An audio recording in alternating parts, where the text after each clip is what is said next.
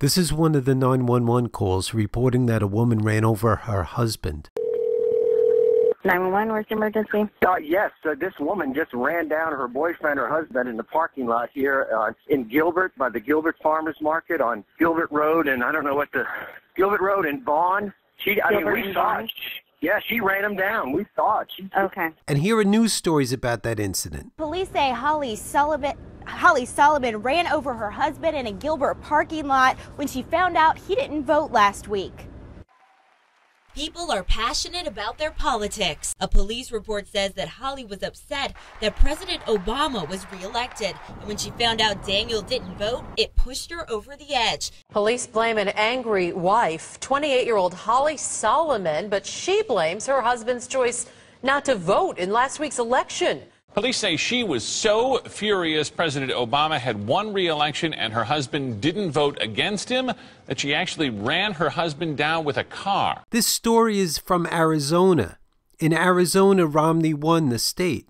I find it interesting that these news reports didn't point that out, because this story could have been called "Wife Doesn't Understand the Electoral College."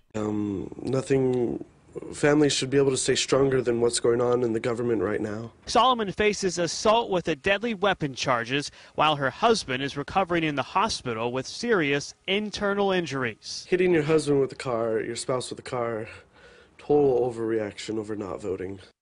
I think they missed an opportunity. Even interviewing their neighbor, they could have turned this situation into a teaching moment for the audience about the Electoral College.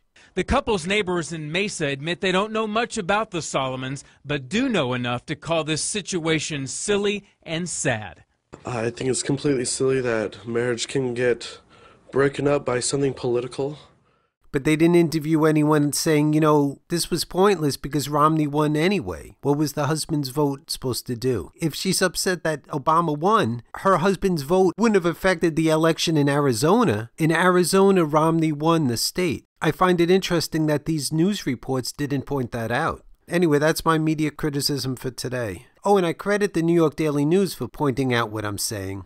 Do you think her husband made an attempt to explain the Electoral College to her? Maybe he did try to tell her about the Electoral College and she didn't care. It was just the principle of the thing. It didn't matter to her that Romney actually won her state. For only 1 week, YouTube's political page had this map on it, but now it's no longer there. That's in keeping with the trend of not presenting the other parties prominently. Google has a map of the election results, which include other candidates other than the two major parties. This is something the major media was very reluctant to report to the American people, that there are more than two people running for president. I'll put a link in the video description to this Google election results map. And if you're interested in highlights of several 911 calls about this incident, click here.